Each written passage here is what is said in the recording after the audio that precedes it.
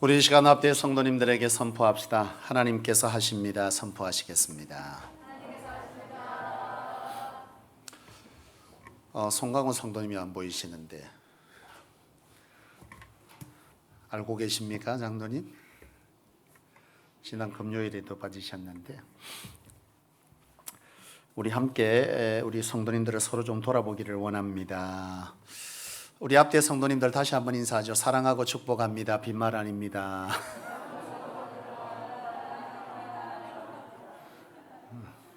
빠졌는데 몰라, 빈말이지 뭐. 우리 함께 그랬으면 좋겠습니다.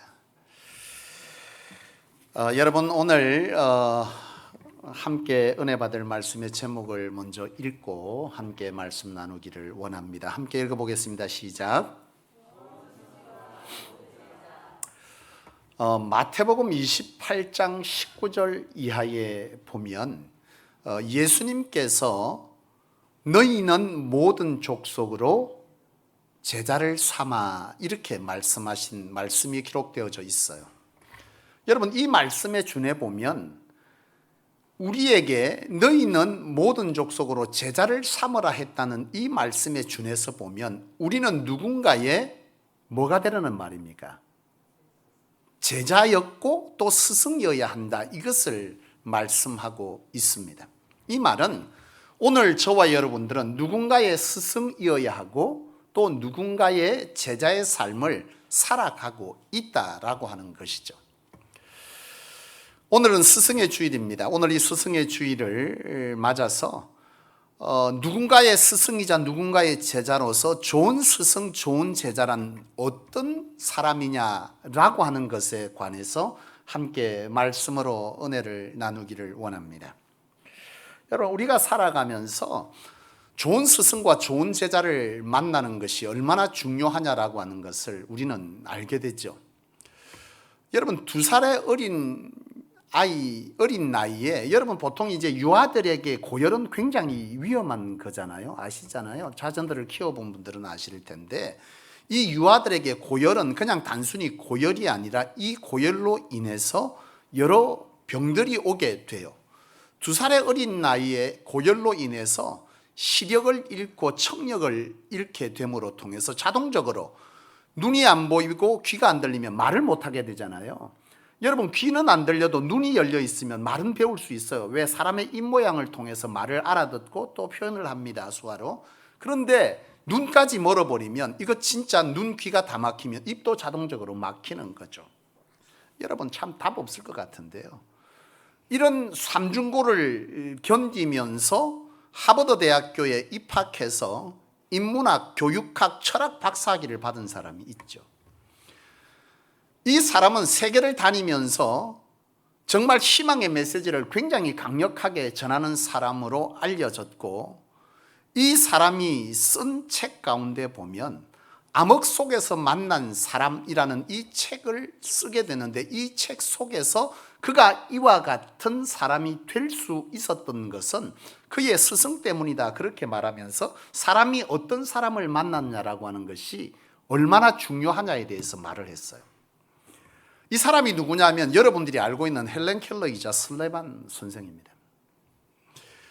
여러분, 어떤 사람을 만나냐, 좋은 스승을 만났기 때문에 누가 있는 거죠? 헬렌 켈러가 있고, 또 좋은 제자였기 때문에 그가 아무리 열정을 주고 가르쳤지만 그가 배우려 하지 않았고 그가 스승의 이 의지를 닮으려 하지 않았다면 오늘의 슬레반은 우리에게 없는 사람이거나 모르는 사람이죠. 그러니까 좋은 스승, 좋은 제자를 만나는 것은 서로 간에 중요한 일이고, 이런 스승과 제자를 만날 때 그 사람들로 인한 이 땅에서의 놀라운 선한 영향력과 역사들, 열매들이 있게 되는 것입니다. 바라기는 오늘 주께서 저와 여러분들에게 너희는 가서 제자를 삼으라 했다는 말씀을 받았고, 우리는 하셨고 받았기에 우리는 누군가의 스승이자 제자로서의 좋은 스승, 좋은 제자로 이 시대에 이 땅에서 많은 사람들에게 선한 영향력을 끼치는 사람들이 되어지고 되게 하는 그런 좋은 스승, 좋은 제자가 되기를 주의 이름으로 축원합니다. 그렇다면 좋은 스승과 좋은 제자는 어떤 사람이냐라고 하는 것이죠. 여러분, 사람들은 좋은 스승을 말할 때 당신에게 좋은 스승은 누구냐라고 말하면 이 땅에 유능한 사람들을 꼽을 때가 있습니다. 책을 읽고 나는 그 사람이 스승입니다. 이렇게 말할 때가 있고요. 또 어떤 사람은 내 아버지다, 어머니다, 또 내 삶 가운데 지나왔던 인생 가운데 선생님 중에 한 분을 우리는 존경하고 스승이다 그렇게 말할 때가 있습니다. 그런데 여러분, 아마 여러분들에게도 그런 분이 스승이다 말하는 분이 있을 수 있겠지만 오늘 이 시간 여러분 바로 잡아야 될 것은 뭐냐면 믿는 우리 그리스도인에게 스승은 누구여야 하냐라고 하는 거죠. 누구여야 합니까? 예수 그리스도입니다. 우리에게 우리가 스승 삼아야 될, 우리가 그분의 삶을 듣고 배우고 따라가야 될 그 어떤 스승의 가장 우선순위는요, 예수 그리스도입니다. 예수 그리스도가 우리의 삶의 스승이어야 되고요, 우리는 그의 뭐가 되어야 되는 거죠? 제자가 되어질 때 좋은 제자인 것입니다. 그렇다면 여러분, 우리가 따라야 될 이 스승 되신 예수님은 어떤 스승이셨냐? 우리는 그분을 배우고 따르고 그의 삶을 따라가야 될 것이고 그의 삶을 또 우리 제자된 누군가에게 가르쳐야 된다라고 할 때에 그분은 어떤 스승이었냐라고 하는 것은 우리에게 굉장히 중요한 얘기가 될 줄로 믿습니다. 여러분, 예수님은 어떤 스승이셨냐? 마태복음 7장 29절 이하에 보니까 이는 그가 가르치는 것이 권위 있는 자와 같고 서기관과 같지 아니하니, 이런 말씀이 기록되어져 있어요. 이 말은 뭐냐 하면 예수님의 가르침에는 권위가 있었다. 예수님은 어떤 스승이냐? 말씀의 권위가 있는 스승이었다는 얘기죠. 나는 저와 여러분들이 말씀의 권위 있는 스승처럼, 주님처럼 우리도 그런 스승이 되어야 될 줄로 믿습니다.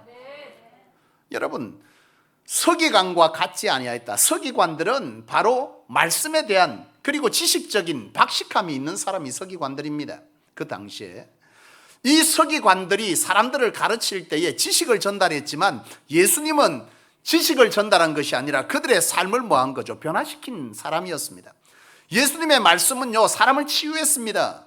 예수님의 말씀은 삶을 회복시켰어요. 삭개오가 그러했지 않습니까? 예수님이 말씀으로 선포한 그곳에는 치유와 회복이, 회개가, 돌이킴의 역사가 있었어요. 그래서 예수님은 서기관들과 다른 말씀의 권위가 있었다, 그렇게 마태복음 7장 29절은 기록하고 있는 것입니다. 여러분, 병든자가 낫죠. 회개합니다. 용서함이 일어납니다. 인생을 바꿉니다. 이게 예수님의 권세에 있는 말씀입니다. 나는 오늘 저와 여러분들이 이런 주님을 따르는 좋은 제자고 누군가의 스승이기를 축복합니다. 여러분, 말씀의 권위가 있고 기도의 권위가 있기를 원합니다. 여러분, 베드로가 성전 미문에 앉아있는 이 안전뱅이를 향해서 선포합니다. 은과 금은 내게 없지만 내게 있는 것으로 내게 주노니 나사렛 예수 그리스도의 이름으로 일어나 걸어라 라고 선포할 때에 그 안전뱅이는 걸었다 걸었다 말씀합니다. 나는 오늘 저와 여러분들이 스승으로 예수를 따르는 제자로서 우리의 이 입술의 선포가 그런 능력이 있기를 소망합니다. 초대교회 제자들의 말씀과 그들의 기도를 통해서 사람들은 두려워했다, 그렇게 사도행전은 기록하지 않습니까? 오늘 우리가 말하는 것을 듣고 그들의 삶이 회복되어지고 치유되어지고 돌이켜지고 회개되어지는 그런 역사가 있어서 우리의 말의 권세로 인하여, 우리의 기도의 권세로 인하여 사람들이 두려워했다, 이게 사도행전의 말씀이고 오늘 우리는 그런 사람이 되어가야 할 줄로 믿습니다. 그러기 위해서 우리는 어떻게 해야 합니까? 우리의 말의 권세가 있고 우리의 기도의 능력이 있으면 어떻게 해야 되냐는 거죠. 그것은 궁극적으로 여러분 말의 권세가 있기 위해서는 말씀을 알아야 되는 거죠. 여러분의 삶에 말씀이 있기를 원합니다. 여러분 하루 종일 가도 성경 한 절 안 읽어요. 어떻게 말의 권세가 있겠어요? 우리는 누군가의 스승이어야 합니다. 그게 예수님의 명령이었어요. 내가 왜요? 아니요, 명령입니다. 그것이 진짜 제자고 그게 그리스도인입니다. 그리스도인은 이름만 그리스도인이고 교회 와서 내가 얻을 것 얻고 가고 들을 것 듣고 가고 내가 그것이 그리스도인 아니고요. 그리스도인은 예수를 따르는 자, 예수를 닮아가는 자, 예수의 삶을 쫓아 행하는 자, 이것이 그리스도인입니다. 나는 여러분들이 세상의 종교들에 있는 그런 신자들이 아니기를 원합니다. 우리를 그리스도인은 예수를 따르는 자, 예수를 전하는 자라고 할 때에 여러분 우리는 이런 삶을 살아가야 되는 것이죠. 그렇다면 우리가 말씀의 권위가 있어야 하는 것인데 이 말씀의 권위는 말씀을 알아야 권위도 나오는 것 아니겠어요? 여러분 성경 읽으십니까? 예, 7사람. 나머지 성경 안 읽는 모양이네요. 어떻게 말씀에 권위가 있을 수 있겠어요? 저도 고민합니다. 여러분 말씀 읽으셔야 합니다. 말씀은 말씀 자체로 뭐가 있습니까? 능력이 있지 않습니까? 하나님의 말씀은 심령골수를 쪼갭니다. 하나님의 말씀은 우리를 뭐합니까? 바르게 세웁니다. 말씀 자체에 권위가 있지만 이 권위가 더 능력이 되려면 어떻게 해야 되죠? 말씀이 능력은요, 믿음으로 되는 겁니다. 내가 그것을 선포할 때, 믿음으로 선포할 때 이 말씀에 권위가 있고 능력이 있는 거죠. 저는 이 말씀을 선포할 때마다 이 믿음 위에 선포합니다. 그냥 지식을 선포하면 나는 서기관이죠. 나는 제자가 아니죠. 내가 주의 제자이기를 갈망하면 내가 전하는 이 말씀에 내가 먼저 믿음과 확신이 있는 것을 가지고 선포하게 되는 것입니다. 나는 여러분들이 이 땅 가운데 말씀을 가지고 나아가서 말씀을 선포할 때 이런 믿음의 확신이 여러분 안에 있게 될 때 말씀의 능력이 나타나는 것이죠.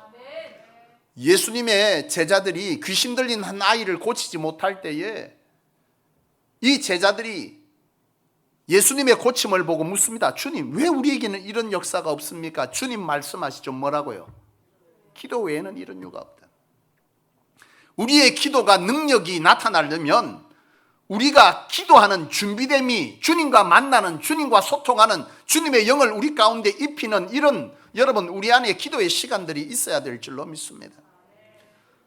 사랑하는 여러분, 나는 저와 여러분들이 바로 이와 같이 여러분들이 말씀을 읽고 묵상하고 경험하고 말씀대로 살아내며 그 말씀을 믿음으로 선포하는 그런 교사이기를 원합니다. 그런 선생이기를 원합니다. 교사가 아닌 선생이요. 나는 저와 여러분들이 기도할 때, 금요 성령 집회 때, 여러분 이번 금요 성령 집회 때 여러분 기도하실 때 특별히 이번 주에 제가 선포하면서 여러분들 아픈 곳에 손 얹으라 그랬는데 저도 한 곳에 손을 얹었어요. 보신 분 계십니까? 내 아픈 것도 정신이 없는데 목사님 아픈 거 내가 어째 신경 써? 솔직하신 여러분, 뭐 그래 집중해야 안 되겠습니까? 사실상 또 저는 허리에 이렇게 막 이렇게 치고 있어요. 허리가 최근에 너무 안 좋아가지고요. 머리 감고 일어나면 못 걷겠는 거예요. 허리가 너무 아파가지고. 약을 2주간 먹다가요, 약을 던졌습니다. 왜냐하면 의사가 그러는 거예요. 이 약은 치료제입니까? 물었습니다. 아닙니다. 진통제입니다. 이거 먹는 건 치료도 안 되는 걸 이거 내가 왜 먹냐 이거죠. 약 던졌어요. 내 책상에 그대로 있습니다. 그 다음 선포했습니다. 수술하든지 기도로 낫든지. 그런데 수술할 정도 아니래요. 그럼 날 보고 뭐 하라는 거야 도대체? 그래서 생각했습니다. 내가 할 수 있는 건 뭐밖에 없죠? 기도밖에 없는 거죠. 남은 건 딱. 그거는 먹어도 치료 안 되고 수술할 단계는 아니다. 그럼 아프고 견디고 참으세요 이 말인데 그러면 내가 어떻게 하란 말이야 도대체. 머리만 감고 일어서도 한참을 이렇게 잡고 있어야 되는데 못 걸어가지고 아파가지고. 그래서 기도하기로 작정하고 지난 금요일 날 두드리고 막 하는데 한 권사님이 그걸 봤나 봐. 기도회 끝나고 은혜가 임한 것을 같이 경험했는지 하나님의 치유가 시작되어진 줄로 나는 확신합니다. 지금 이렇게 멀쩡히 있지 않습니까? 정말 컨디션 좋습니다. 허리 통증이 거의 느끼지 못할 만큼 너무 좋습니다. 사랑하는 여러분, 하나님 살아계십니다. 우리에게 믿음이 있고 그 믿음의 선포는 반드시 주께서 말씀하신 것처럼 내 믿음대로 내 믿음이 크다 라고 말씀하신 그 믿음의 역사는 오늘 우리에게도 이 순간에도 일어날 수 있는 일입니다. 말씀은 지식이 아닙니다. 그건 서기관이고요. 예수님은 그들과 달랐다라고 말합니다. 우리가 정말 주님의 제자고 누군가의 스승이려고 하면 그런 삶을 살아내야 될 줄로 믿습니다. 여전히 오늘 저와 여러분들이 서기관이 아닌 진정한 선생으로서의 삶을 살아내기를 주의 이름으로 축원합니다. 또한 주님은요 어떤 스승이냐면 어른이시고 권위가 있는 분이셨어요. 오늘 요한복음 13장 13절에 보면 너희가 나를 선생이라 또는 주라 하니 너희 말이 옳도다 그런 말씀을 합니다. 이 말이 뭐냐 하면 이런 거예요. 교사 어디 계시죠? 일부 예배 다 드리고 다 안 계신가? 서초롱 권사님.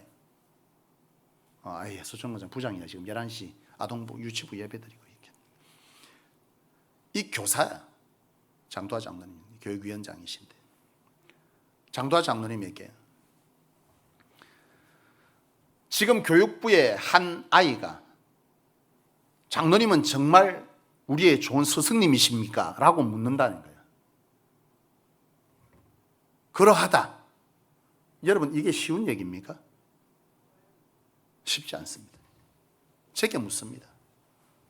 김광 목사, 당신은 정말 좋은 스승입니까? 우리에게?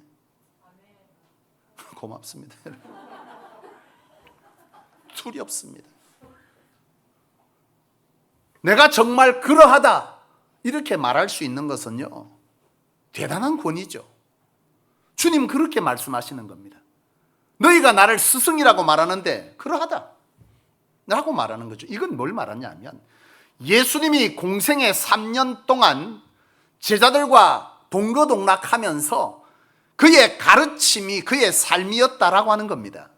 가르침과 삶이 일치할 때 스승의 권위는 서는 거죠. 그럴 때 내가 너희가 말한 스승이 맞다라고 말할 수 있는 것입니다. 제가 왜 두려우냐? 가르치는 내가 선포하는 모든 것이 내 삶과 일치되어질 때 그러하다라고 말할 수 있는데 내 삶은 그러하고 싶다는 거죠. 나도 여전히 하나님 앞에서 실수하고 실패하는 거죠. 근데 주님은 그러하다라고 말하는 것입니다. 사랑하는 여러분, 요즘 이 시대에 어른들이 없다 그래요. 어른들이. 진짜 그런 것 같아요. 어떤 조직이든 어른이 없어요. 옛날에는 어른이 있었어요. 요즘 없어요. 어른 없습니다. 이 말은 뭐냐? 요즘 세대가 어른을 몰라본다가 아니라 진짜 어른다운 어른이 없는 겁니다. 존경받는 어른 없는 거죠. 직위를 가진, 직책을 가진 권위 있는 자는 있을 수 있으나 존경받는 권위는 없는 겁니다. 왜 그렇죠? 그들의 가르침, 그들의 말에 삶이 일치하지 않기 때문에 그들의 말에 권위가 없는 것이죠. 오늘 우리는 누군가의 스승으로서 우리의 삶이 권위 있어야 될 줄로 믿습니다. 우리의 말에 권위가 있어야 될 줄로 믿습니다. 참 스승이 되어야 될 줄로 믿습니다. 여러분, 교사와 선생의 차이가 여러분 우리는 의미론적으로 다르다고 이해할 때가 많습니다. 실제로 사전적으로도 조금 다릅니다. 교사는요, 일정한 자격을 가지고 가르치는 사람이 교사이고요, 선생은 가르침을 주는 사람입니다. 가르치는 자, 가르침을 주는 자 다릅니다. 위에 교사는 뭐예요? 자격을 가지고 가르치는 자격을 얻고 지식을 전달하는 사람을 교사라고 말하죠. 선생은 뭐예요? 우리말로, 순수 우리말로 스승이라고 표현합니다. 선생은요. 이건 뭐예요? 내 가르침이 내 삶이 되고 그것이 그들의 삶을 움직였다 이 말입니다. 가르침을 주었다는 거죠. 그들의 삶을 변화시켰다는 것입니다. 이것이 스승입니다. 이런 진정한 가르침이 있을 때에 어른 되는 거죠. 이 시대에 어른이 없대요. 그 말은 바로 이 얘기입니다. 그의 입은, 그의 말은 거창하고 그의 삶은 존경받을 만할지 모르나 자리는 삶이 아니라 그의 자리는 존경받을 만하지만 그의 삶은 존경받을 수 없다. 왜? 말이 일치하지 않았다는 거죠. 사실 이 말을 선포하는 제게도 굉장한 두려움인 것입니다. 그러나 우리가 좋은 주님의 제자이고 스승이려면 바로 이런 권위가 우리 안에 있어야만 합니다. 사랑하는 여러분, 말로만 사랑한다, 여러분 이것은 감동이 없죠. 희생해야 합니다. 사랑해야 합니다. 용서해야 합니다 라고 우리는 누군가의 스승의 자리를 차지하고 있지만 우리가 그것을 삶으로 실천하지 못할 때 여러분 거기에는 권위가 없는 거죠. 저는 사실 참 한 분을 잃고 가슴 아파하는 분이 한 분 있습니다. 그분은 제 박사 논문을 지도했던 피러강 교수이십니다. 그분은 아직까지 사실 돌아가시기는 이른 나이죠. 60대 후반이었는데 돌아가셨어요. 작년 코로나 때 미국에서 돌아가셨습니다. 근데 물론 그분을 왜 이렇게 일찍 돌아가게 하셨냐라고 하는 생각이 있을 수 있으나 저는 신앙적으로 볼 때 이해가 됩니다. 왜냐하면 그분은 가정치유 사역자인데요, 이분은 전 세계를 1년 내내 거의 강의하는 이 한두 타임 빼놓고는 전 세계를 다니시면서 선교사님들, 목회자 부부들을 치유하는 사역들을 합니다. 그의 삶을 보면요, 너무 힘들어요. 계속 비행기를 타고 전 세계를 다닙니다. 사람들은 말합니다. 와, 좋겠다. 옆에서 봤지만 보통 일이 아닙니다. 체중이 왔다 갔다 합니다. 너무 힘들어가지고. 왜냐하면 시차가 다 다르고 쉬는 게 다 다르고. 그러다 보니 그의 삶은 굉장히 고달파요. 여러분, 하나님의 나라가 있다 믿으십니까? 그렇다면 그가 이 땅에서 좀 일찍 간 것에 관해서 생각해 보면 하나님께서 참 고단한 인생을 하나님의 평안한 인도의 자리로 인도하셨구나, 그런 생각이 드는 거죠. 우리 부목사님 그 멘토였던 그분도 굉장히 젊은 나이 돌아가셨어요. 그분은 거의 하루 종일 기도만 하셨는데, 그분은 영적 은사자이고 우리나라에 부흥회를 인도하러 오셨던 분이기도 한데, 그분도 굉장히 젊은 나이에 돌아가셨어요. 그분도 기도하시다가 하나님 불러가셨는데 그분의 삶도 너무나 고달파 보였다 그래요. 우리의 관점에서는 장수가 복입니다. 그러나 하나님의 나라의 관점에서 보면 하나님의 종들은요, 또 다른 인생을 사는 사람이죠. 어찌됐건 나는 이분의 삶을 보면서 참 도전받고 또 감격스러운 좋은 스승으로 기억하는 것은, 저하고 함께 풀러를 졸업했던 한 목사님 부부가 있었어요. 이 목사님 풀러에 가서 공부를 하는 동안에 처음 갈 때에 300불 가지고 갔대요. 그러니까 비행기 표와 300불 가지고 갔습니다. 이건 보통 믿음이 아니라 세상 말로 미친 믿음인 거죠. 미국은요, 사실 제가 공부할 때 한 달에 최소 3,000불입니다. 3,000불이면 지금 돈으로 400만 원이죠. 지금 요즘은 거의 1,280원이니까 거의 400만 원 됩니다. 400만 원 정도가 들어야 되는데요, 이 400만 원을 가지고 학비, 렌트비, 집 한 달에 사용료만 150만 원 줘야 되거든요. 1,500불. 1,200에서 1,500불 줘야 됩니다. 렌트비만. 그 외에 먹어야 되고, 애들 4명이고 식구 4명이고 먹고 그 다음 쓰고 생활하고 학비 내고 3,000불 갖고요, 거의 불가능합니다. 거의 거지같이 살아야 되는 거예요. 근데 이분이요, 첫 학비 내고 비행기표 끊어갖고 애 데리고 300불 가지고 간 거예요. 대단한 믿음이지 않습니까? 그 믿음이 있어서 졸업은 했어. 그러나 준비하지 못하고 간 자는 고생은 지 몫이죠.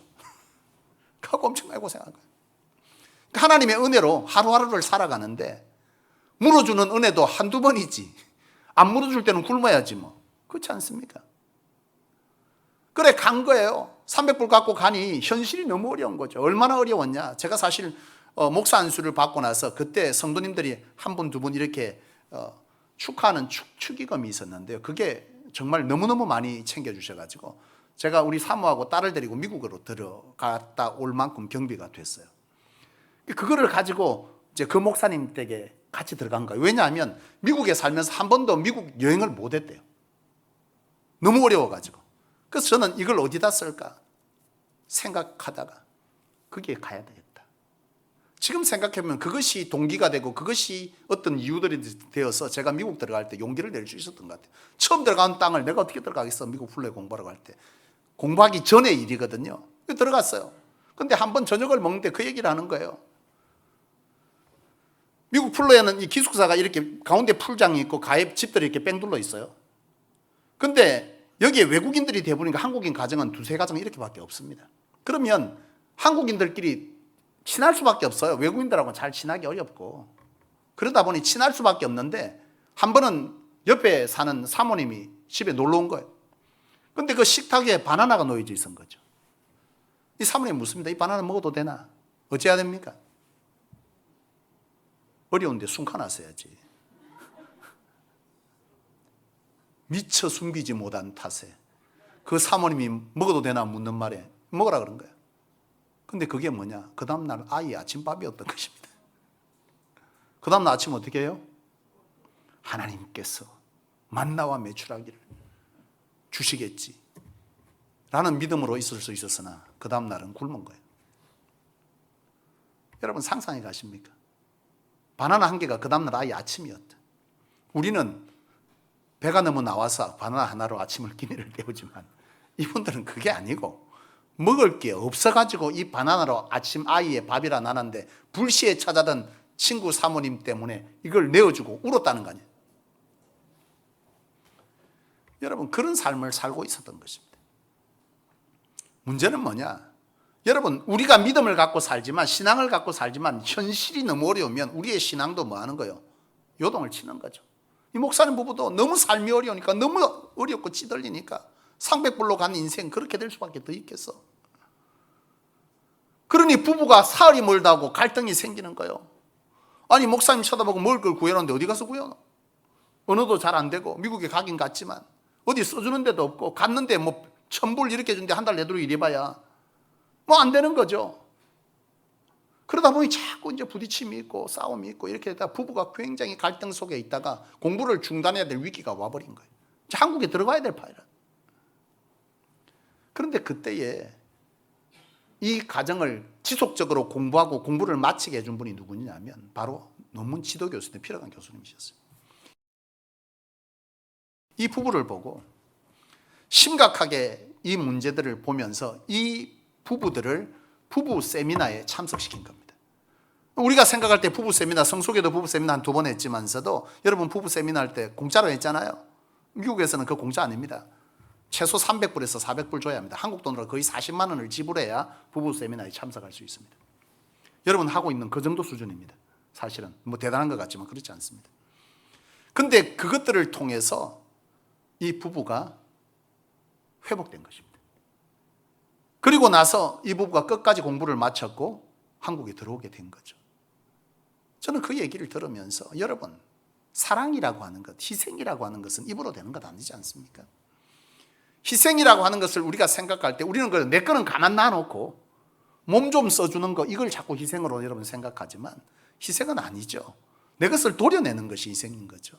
주님이 그러하셨던, 주님이 가만히 있고 죄 없다 쳐줄게 이렇게 한 게 아닙니다. 십자가에 친히 죽어주셨듯이 희생은 그런 것입니다.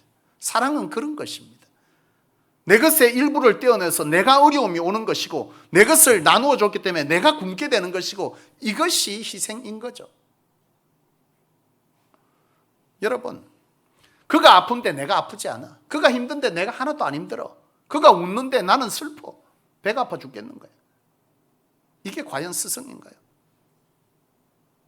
사랑하는 여러분, 진정 우리가 가르치는 이 가르침이 우리의 삶과 일치될 이 거룩한 몸부림이 우리 안에 있을 때에 우리는 진정한 제자이자 좋은 스승이 될 수 있습니다.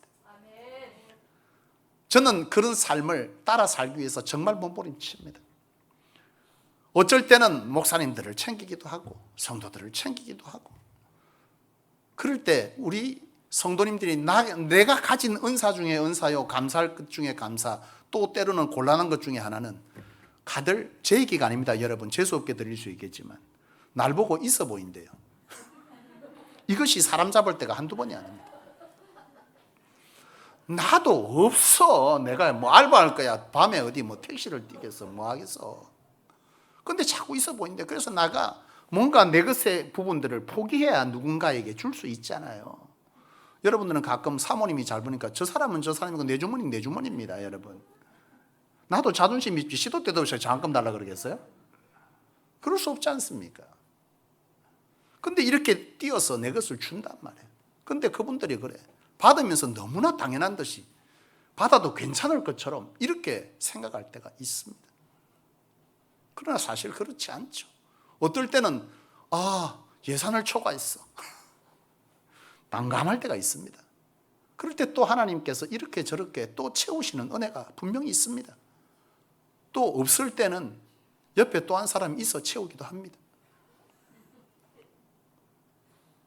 사랑하는 여러분, 우리는, 저와 여러분들은 주님이 그러하셨고 주의 제자들이 그런 삶을 살아갔듯 우리도 그런 삶을 살아갈 때 바로 진정한 스승이죠.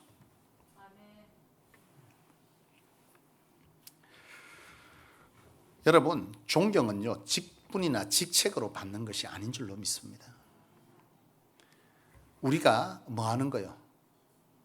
가르침과 삶이 일치되는 거룩한 몸부림을 통해서 그 결과로 얻어지는 것이 존경이죠.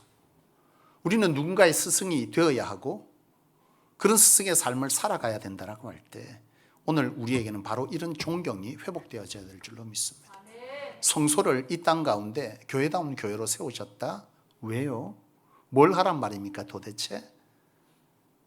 이 시대의 어른교회 되라는 말 아닐까요? 오늘 말씀을 준비하면 그런 생각이 들더라고.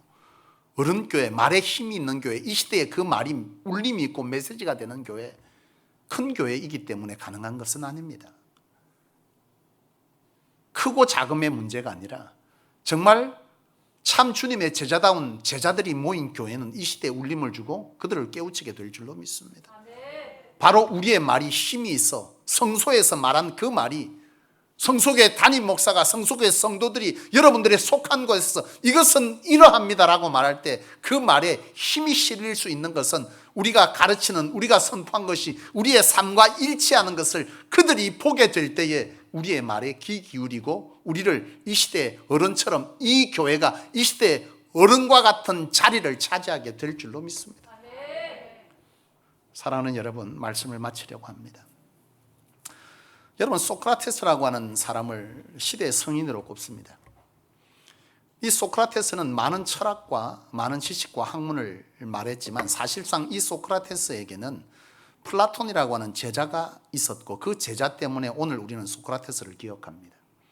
무슨 말이냐 하면 소크라테스는 자기 생전에 자기 학문이나 지식이나 또 어떠한 생활에 관한 언어에 관한 것을 단 한 자도 기록으로 남긴 것이 없습니다. 그런데 우리는 소크라테스를 알고 있습니다. 왜 그럴까요? 그것은 그의 삶과 학문과 그의 철학을 플라톤의 제자가 다 기록했기 때문에 그렇습니다. 여러분, 이 시대에 정말 제자다운 제자, 그것은 바로 주님이 가르쳤던 삶을 우리가 삶으로 기록해낼 때 오늘 이 시대는 주님을 기억하고 우리를 기억하게 될 것입니다. 사랑하는 여러분, 오늘 스승의 주일이네요. 우리는 누군가의 스승이자 제자입니다. 오늘 이 말씀이 정말 울림이 되기를 주의 이름으로 축원합니다. 기도하겠습니다. 하나님 아버지, 너희는 모든 족속으로 제자를 삼으라는 그 주님의 명령 때문에 우리는 참 그리스도인으로서의 스승의 삶을, 제자의 삶을 살아가야 된다. 오늘 말씀해 주시기로 풀려져 있는 우리의 신앙적 옷깃을 다시 한번 여미게 됩니다. 하나님 아버지, 부디 우리가 주님의 참 좋은 제자이자 누군가의 스승이 되기를 소원합니다. 우리를 쳐서 복종시킬 수 있도록 날마다 영안을 열어주시고 성령의 사모함과 인도하심을 얻기를 원합니다. 부디 우리를 통해 참 좋은 스승, 좋은 제자 되게 하여 주옵시고 이 시대를 깨울 주님의 거룩한 비전에 반드시 성취해 드리는 드림이 있는 교회, 성소교회 성도들 되게 하여 주시옵소서. 그리하실 하나님께 감사드리며 주 예수님의 이름으로 간절히 기도합니다. 아멘.